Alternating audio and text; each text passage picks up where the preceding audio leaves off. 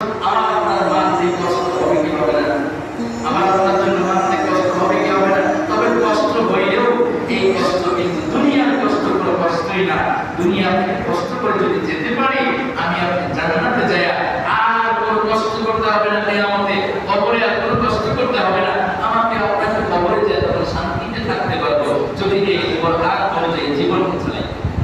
ইমাম গাজ্জালী রাহমাতুল্লাহি আলাইহি একটা ঘটনা উল্লেখ করেছেন, বলেন আমি একদিন রাতে ঘুমের মধ্যে স্বপ্নে চোখে দেখি।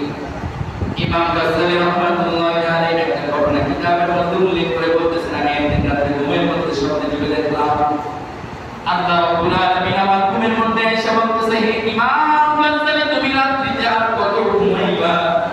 তোমাকে তো ঘুমানোর জন্য আমি আল্লাহ দুনিয়াতে পাঠিয়ে নেই। সারা রাত যদি তুমি ইমাম গাজ্জালী যদি ঘুমাও, তাহলে দুনিয়াতে আমার কোরআন নিয়ে, আমার দ্বীন নিয়ে, আমার ইসলাম নিয়ে, আমার হাদিস নিয়ে, নবীর সুন্নাত নিয়ে দুনিয়াতে কাজ করবে কারা? এই কথা বলা মাত্র ইমাম গাজ্জালী ঘুম থেকে জাগ্রত হয়ে গেলেন। আবার যখন ঘুমায় গেলেন, ঘুমের মধ্যে আবার স্বপ্নে দেখতেছেন, ইমাম গাজ্জালী, আমি তোমাকে একটা দায়িত্ব দিতে চাই। ওরে ও মালিক, আপনি আমাকে কেমন দায়িত্ব দিতে চান? আপনি আমাকে আপনার দায়িত্বটা দিয়ে দেন, আমি আমার সাধ্য অনুযায়ী চেষ্টা করব। আমি এই অনুযায়ী আপনার কথা অনুযায়ী সমস্ত কথা পূরণ করার জন্য। আল্লাহ পাক এমন সময় বলেন, হে ইমাম গাজ্জালী, আমি তোমাকে তেমন বড় কোনো দায়িত্ব দিতে চাই না, তবে আমি তোমাকে একটা দায়িত্ব দিলাম। আমার এক বান্দা আব্দুর রহমান নামক আমার এক বান্দা, আমার এক বন্ধু, সে দুনিয়া থেকে বিদায় নিয়ে চলে গেছে।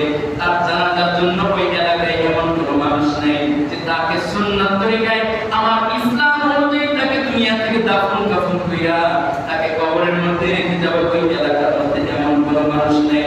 হে ইমাম গাজ্জালী, আমি তোমাকে ওই ব্যক্তির দায়িত্ব দিয়ে দিলাম।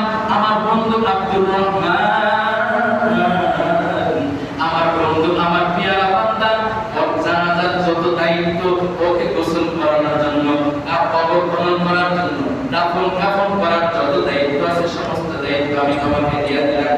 ইমাম গাজ্জালী এবার বলেন, আল্লাহ, কোন এলাকায় আমাকে যেতে হবে আপনি বলেন? বলে, তোমার পাশের গ্রাম রহমতপুর নামক এলাকায় তুমি যাইবা। ইমাম গাজ্জালী